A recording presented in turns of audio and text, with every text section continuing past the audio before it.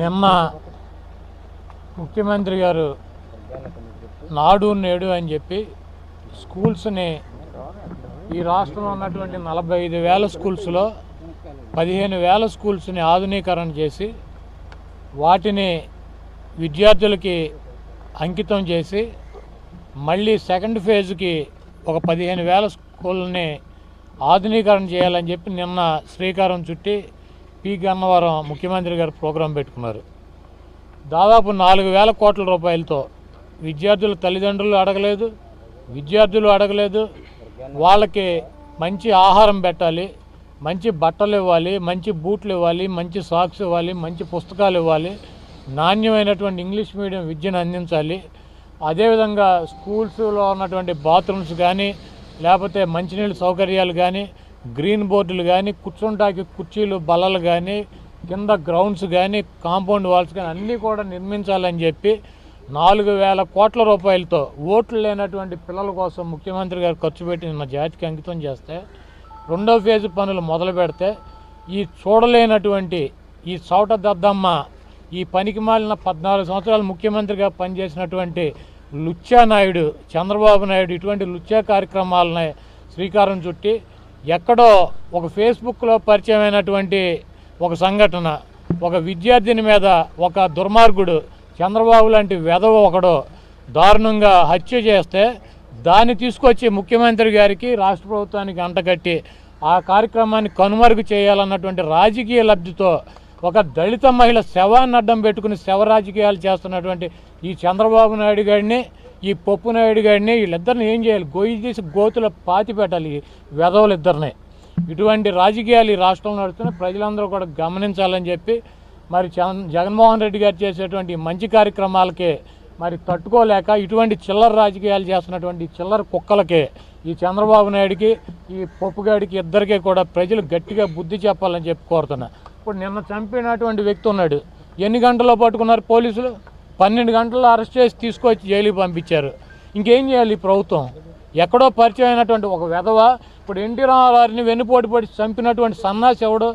ఈ దుర్మార్గుడు ఈ చంద్రబాబు నాయుడే కదా.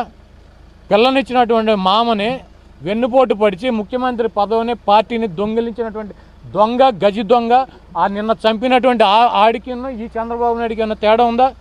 ఇటువంటి లుచ్చాగాళ్ళు ఈ చంద్రబాబు లాంటి లుచ్చాగాళ్ళు ఇంట్లో కుటుంబ సభ్యులను చంపి కూడా రోడ్ల మీద గన్మెన్లు పెట్టుకుని గౌరవమైనటువంటి స్థానంలో తిరుగుతుంటే మరి ఇటువంటి వెధవలు ఇటువంటి పనులే చేస్తున్నారు. ఇటువంటి వెధవలకు గురైనటువంటి చంద్రబాబుని శిక్షిస్తే చంద్రబాబు నాయుడు లాంటి వ్యక్తుల్ని మరి జైలుకి పంపించి ఇతను కనుక అంతమొందించినట్లయితే ఆ రోజుల్లో మరి ఇటువంటి దుర్మార్గులు పేటరైగిపోయి ఇటువంటి కార్యక్రమాలు చేసేటువంటి అవకాశం ఉండేది కాదు. వీడు పప్పుగాడు ఆడి నోటికి ఇష్టం వచ్చినట్టు ఏదో మాట్లాడుతున్నాడు. నీ అమ్మ మొగుడంటే మా అమ్మని అన్నారని, నీ అమ్మ మొగుడంటే నీ ఎయ్యరా అది కూడా తెలదు. అమ్మనన్నారు అబ్బనన్నారు కూడా తెలవనటువంటి ఈ పప్పుగాడు ఇటువంటి ఎదవలనే ఈ రాష్ట్రం మీద వదిలి ఏం చేయాలని చెప్పి చంద్రబాబు అనుకుంటున్నాడు. ఈ రాష్ట్ర ప్రజలు గాలి ముఖ్యమంత్రి అంటాడు. నిన్న మళ్ళీ చంద్రబాబు ఎవడరా గాలి ముఖ్యమంత్రి? నువ్వు గాలి ముఖ్యమంత్రి కాబట్టి నిన్న 23 సీట్లకు పరిమితం చేసి నిన్ను ఇంటికి పరిమితం చేశారు. అయినా కూడా సిగ్గు శరం లేకుండా మనిషి జన్మ ఎత్తావా? నువ్వు అసలు మనిషివేనా అని చెప్పి చంద్రబాబు నేను అడుగుతున్నాను. కాబట్టి ఆడికి ఎన్ని తిట్టినా ఎంత మాట్లాడినా సిగ్గు శరం లేదు. మొహాన కాండ్రించి ఉమ్మేసినా కూడా కుక్కలాగా ఆ పదవి కోసం వేలాడేటువంటి దుర్మార్గుడు చంద్రబాబు నాయుడు. ఇటువంటి దుర్మార్గుడు కడుపున ఇటువంటి పనికిమాలిన చౌట దద్దమ్మ తప్పించి ఇంకెవడ పడతాడు? ఈ మంగళగిరిలో ఇదే ప్రాంతంలో ఓడిపోయినటువంటి సొంట జగన్మోహన్ రెడ్డికి ఛాలెంజ్లు చేస్తాడు, ఆయన అభ్యర్థి మీద ఓడిపోయినటువంటి సొంట. కాబట్టి కనీస జ్ఞానం లేనటువంటి వెధవలో మాటలను పట్టించుకోవాల్సినటువంటి అవసరం లేదు. ఈ రాష్ట్రంలో మహిళల మీద కావచ్చు, అది దళిత మహిళలు కావచ్చు, బలహీన వర్గాల మహిళలు కావచ్చు, అప్పర్ క్యాస్ట్ మహిళలు కావచ్చు, ఏ మహిళ మీద కూడా దాడులు జరగకూడదని చెప్పి దిశ చట్టాన్ని తీసుకొచ్చాం. మరి దిశ యాప్ని తీసుకొచ్చాం. ముఖ్యమంత్రి గారు దాని మీద ఎట్టి పరిస్థితుల్లోనూ వదిలేటువంటి ప్రసక్తి లేదని చెప్పి 12 గంటల్లో ఇటువంటి సంఘటనలు జరిగితే ముద్దాయిలను అరెస్ట్ చేయడం జరుగుతుంది.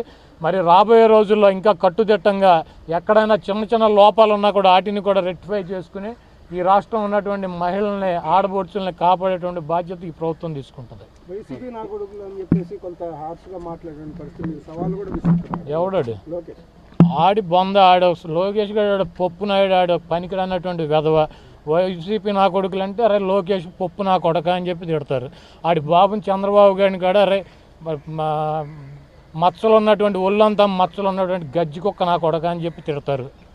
కాబట్టి ఆడి గురించి లోకేష్ గారి లాంటి పప్పు గాయల గురించి పప్పు నా కొడుకుల గురించి ఇక్కడ డిస్కస్ చేయాల్సిన అవసరం లేదు. సీఎం పరామర్శ పోకపోవడాన్ని తప్పడుతున్నారు కదా, సీఎం పరామర్శ పోవట్లేదు. మరి ఆడు అయ్యేందుకు రాలా, ఈయన ఎందుకు పంపించాడు?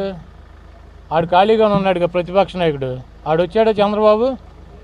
ముందెళ్ళాడు బాబుని అడగమని, నువ్వు ప్రతిపక్ష నాయకుడు కదా, ఓడిపోయిన సన్నాసి నేనే తిరుగుతాను, నువ్వెందుకు తిరగట్లేదురా అని చెప్పి ఆడు అయ్యని అడగమన్నాడు. ఓకే నాకుడు ఆడికి ఇటు తిరుగుతున్నాడు, ఈడు ఓడిపోయిన ఎదవ కదా, ఆడి బాబు కదా ప్రతిపక్ష నాయకుడు. ఈడ ప్రతిపక్ష నాయకుడు ముఖ్యమంత్రి రాలేదని చెప్పి మమ్మల్ని అడుగు, నీ బాబుని వెళ్ళి అడుగు, అరే నువ్వు ప్రతిపక్ష నాయకుడుగా నీకు పని పాట లేదు, చచ్చిపోయిన వాటికి ఎందుకు పలకరిస్తారా వెధవాని, వాడిని అడగాలి కానీ మమ్మల్ని అడిగితే ఉపయోగం. వాడి పప్పుగడ్డు గారు అక్కడికి రావడం ఏం అవసరం, నీకేమి సంబంధం అని చెప్పేసి ఈ రాష్ట్రం ఎవడబ్బ సొత్తు ఎవడబ్బ జాగీర్ అని చెప్పి ఈ సందర్భంగా ప్రశ్నిస్తాడా. అంటే అతి కిరాతకంగా ఈ రాష్ట్రంలో ఒక దళిత మహిళని అతి కిరాతకంగా హత్య చేస్తే సమాజం చూస్తుండగా 75 సంవత్సరాల స్వతంత్ర భారతదేశంలో మువెన్నెల జెండాను ఎగరేస్తున్నటువంటి సమయంలో ఈ రాష్ట్రంలో ఒక నరహంతకుడి పాలనలో ఒక దళిత మహిళని నడి రోడ్డు మీద అతి కిరాతకంగా హత్య చేస్తే బాధిత కుటుంబానికి పరామర్శించి ఆ కుటుంబానికి అండగా ఉండేందుకు ధైర్యం చెప్పడానికి ప్రతిపక్ష పార్టీకి చెందినటువంటి యువనేత ఆ కుటుంబం దగ్గరికి వస్తే ఎందుకు మీకంత భయం? దాడులు చేసే విధంగా ఎందుకు తెగబడుతున్నారు? ఎందుకు భయపడుతున్నారు? 5 నిమిషాల్లో ముగించేటువంటి అంశాన్ని రాజకీయ రచ్చ చేసి మళ్ళీ మీరే మాట్లాడతారా శవరాజకీయాలని? ఎవరివి శవరాజకీయాలు? శవరాజకీయాల పునాదుల మీద పార్టీ నిర్మించినటువంటి పార్టీ ఎవరి పార్టీ అని చెప్పేసి ఈ రాష్ట్ర ప్రజలకే కాదు, తెలుగు ప్రజలకే కాదు, ఇతర రాష్ట్రాల వాళ్ళకి కూడా తెలుసు. తండ్రి శవం దొరక్క ముందే ఆ శవాన్ని అడ్డం పెట్టుకొని రాజకీయాలు చేయాలని నీచ సంస్కృతికి తెరలేపిన నాయకుడు ఎవరని కూడా ఈ రాష్ట్ర ప్రజలకు తెలుసు. ఈరోజు మెరుగు నాగార్జున గారు మాట్లాడుతూ ఉన్నారు, బాధిత కుటుంబానికి ఏమైనా సహాయం చేశారా అని. సహాయం చేయడానికే లోకేష్ గారు అక్కడికి వచ్చింది.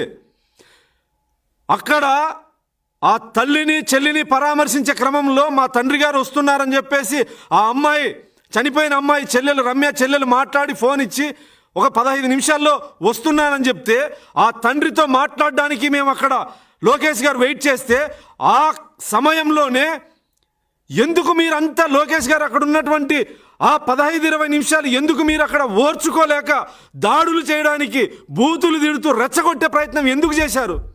మీకు తెలుసా ఈ రాష్ట్రంలో అనంతపూర్లో స్నేహలతని దళిత అమ్మాయిని హత్య చేస్తే ప్రభుత్వం కన్నా ముందు ఆ బాధిత కుటుంబంతో ఫోన్లో పరామర్శించి నేరుగా వాళ్ళ అకౌంట్లోకి 2 లక్షల రూపాయలు వేసి, మేము పబ్లిసిటీ చేసుకోలేదు, 2 లక్షల రూపాయలు ఇచ్చి రాజమండ్రిలో దళిత మైనర్ బాలిక మీద అత్యాచారం జరిగితే ఆ కుటుంబానికి ఆర్థికంగా ఆదుకోవడమే కాకుండా ఆ కుటుంబంలో చదువుకునే పిల్లలకి చదువు బాధ్యతను కూడా చంద్రబాబు నాయుడు గారు తీసుకున్నారు.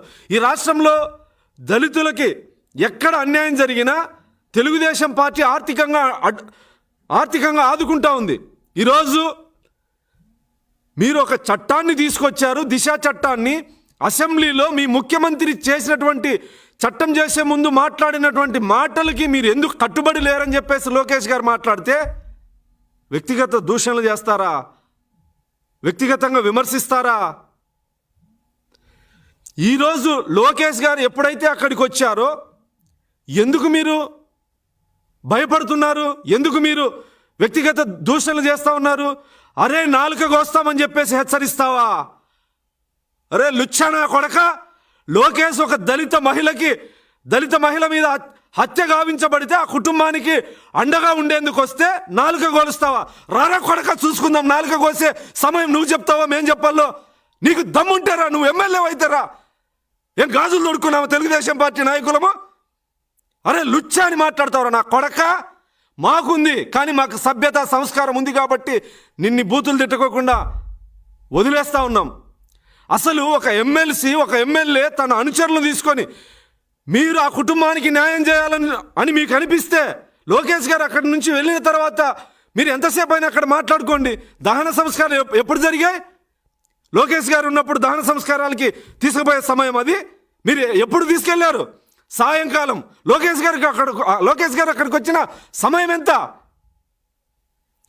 డాక్టర్ సుధాకర్ ఇష్యూ జరిగితే ఏ బొక్కలు దాక్కున్నారు దళిత ఎమ్మెల్యేలు, దళిత ఎంపీలు? వరప్రసాద్కు పోలీస్ స్టేషన్ ఆవరణలో వైసీపీ నేతలు శిరోమణనం చేపిస్తే ఏ బొక్కలు దాక్కున్నారు మీరు? చీరాలలో కిరణ్ని మాస్క్ పెట్టుకోలేదని చంపితే పోలీసులు కనీసం పరామర్శించలేనటువంటి మీరు దళితుల గురించి మాట్లాడతారా? మీకు అసలు నైతిక హక్కు ఉందా? నువ్వు ఎస్ఎస్సి కమిషన్ చైర్మన్గా చేసి మాట్లాడేటువంటి మాటల 10 లక్షలు ముష్టి పడేస్తే 10 లక్షలు ముష్టి పడేసి ఈ రాష్ట్రంలో ఉన్న దళిత అమ్మాయిల్ని హత్య చేస్తాం, అత్యాచారాలు చేస్తాం అనే విధంగా వ్యవహరిస్తారా? ఎస్ఎస్సి కమిషన్ చైర్మన్గా వ్యవహరించానని గొప్పలు చెప్పుకుంటున్నావే. ఒక దళిత కుటుంబానికి హత్య చేస్తే అట్రాసిటీ యాక్ట్ ప్రకారం వచ్చే నష్టపరిహారం తెలీదా నీకు? 10 లక్షలు ముష్టి పడేస్తారా? దిశ యాప్, దిశ చట్టం అని చెప్పి మాట్లాడుతూ ఉన్నారే. ఈ రాష్ట్రంలో వైసీపీ అధికారం లేకొచ్చిన తర్వాత ఎంతమంది దళిత అమ్మాయిల మీద అత్యాచారాలు జరిగాయి, హత్యలు జరిగాయి? కేవలం దిశ ప్రచారం కోసం సాక్షి ఛానల్కి, సాక్షి పేపర్కి 30 కోట్ల రూపాయలు ప్రజాధనాన్ని ఖర్చు పెట్టారే. ఆ 30 కోట్ల రూపాయలు ఈ బాధిత కుటుంబాలకు ఇచ్చిన ఆ కుటుంబాల కన్నా నైతికంగా బలాన్ని ఇచ్చిన వాళ్ళు అయి ఉండేది ఈ ప్రభుత్వం. సిగ్గుండాల. జగన్మోహన్ రెడ్డి సొంత చెల్లెలు ఈ రాష్ట్రం ప్రభుత్వంలో ఉన్నటువంటి పోలీస్ వ్యవస్థ మీద నాకు నమ్మకం లేదు, నాకు ప్రాణహాని ఉంది, నాకు రక్షణ కల్పించాలని చెప్పేసి బయటకు వచ్చి మాట్లాడుతూ ఉంటే ఈ రాష్ట్రంలో మహిళలకు జగన్మోహన్ రెడ్డి ప్రభుత్వంలో రక్షణ ఉందని చెప్పి మాట్లాడతారా? తన సొంత చెల్లెలు. ఏంటండి, వీడియో నచ్చిందా? అయితే ఓ లైక్ వేసుకోండి, లేదంటే ఓ కామెంట్ చేయండి. ఎప్పటికప్పుడు మా వీడియోస్ చూడాలంటే సబ్స్క్రైబ్ చేసుకోండి.